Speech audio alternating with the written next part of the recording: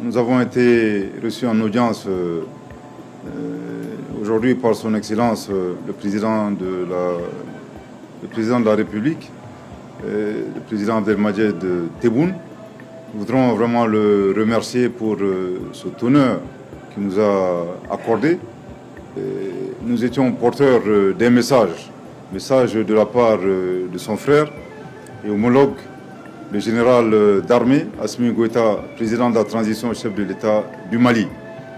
À travers ce message, son Excellence le général Goïta a remercié son homologue, le président Abdelmadjid Tebboune, pour l'invitation qu'il lui a adressée d'effectuer une visite officielle à Alger. À travers cette invitation, le président Goïta considère cela comme étant une marque d'affection, une marque de considération à son endroit et à l'endroit du peuple malien frère. Il a évidemment marqué son accord à effectuer cette visite officielle à Alger.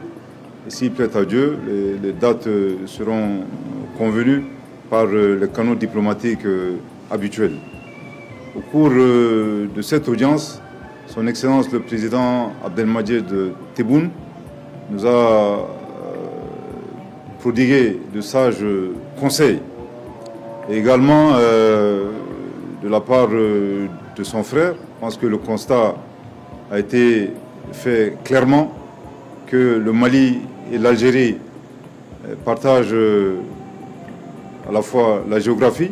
Je voudrais ici faire mienne d'une affirmation de son Excellence le président Abdelmadjid Tebboune, affirmation selon laquelle nous ne pouvons pas déménager. Je pense qu'à travers cette affirmation, quelque part nous sommes condamnés à cheminer ensemble, condamnés à œuvrer dans le sens de la prospérité pour nos deux peuples. Également, à travers ces liens, il est important d'évoquer l'histoire proche. Je pense que les pères fondateurs de nos deux pays se sont engagés de manière obstinée à lutter contre le néocolonialisme et à se battre pour la dignité de l'homme et de l'homme africain de manière générale. Également, l'histoire lointaine que partagent nos deux pays. Je voudrais ici, je pense en particulier à l'université de Madrouche, également Tombouctou, qui ont été de grands carrefours de diffusion de savoir dans le monde. Je pense que cette histoire à la fois proche et l'histoire lointaine peuvent servir de substrat afin que nos pays s'inscrivent dans la marche de la modernité et du progrès. Toujours considérant ces liens, il est également important d'évoquer les défis auxquels nos pays sont confrontés, défis multiformes. Je pense que suivant ce constat fait de manière très claire par nos deux chefs d'État, ils ont estimé qu'il fallait faire de notre région un havre de paix, une région débarrassée de toute forme de néocolonialisme, de toute forme d'hégémonie, une région prospère, et une région débarrassée de toute forme également de terrorisme. Je pense que c'est à ce prix que le développement sera un développement bien ancré, un développement au profit de nos braves populations.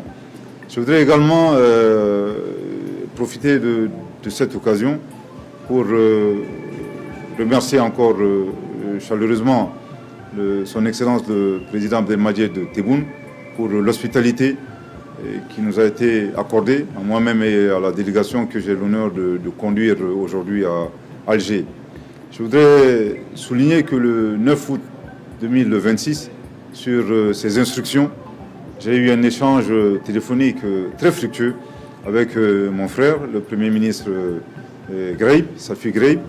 Et suivant les instructions de nos deux chefs d'État, nous avons tenu à rassurer son Excellence le président Abdelmadjid Tebboune que le Mali, sous le leadership de son Excellence le général d'armée Assimi Goïta, ne ménagera aucun effort afin que la vision partagée de nos deux leaders se matérialise pour l'intérêt de nos peuples.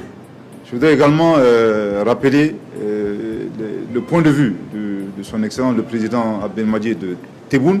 Je pense qu'il a réitéré que l'Algérie ne s'ingérera jamais dans les affaires intérieures de nos pays et fera en sorte que le respect de la souveraineté et la non-ingérence dans les affaires intérieures soient des conditions prérequises, fondement de cette vision partagée consistant à faire de notre région un havre de paix.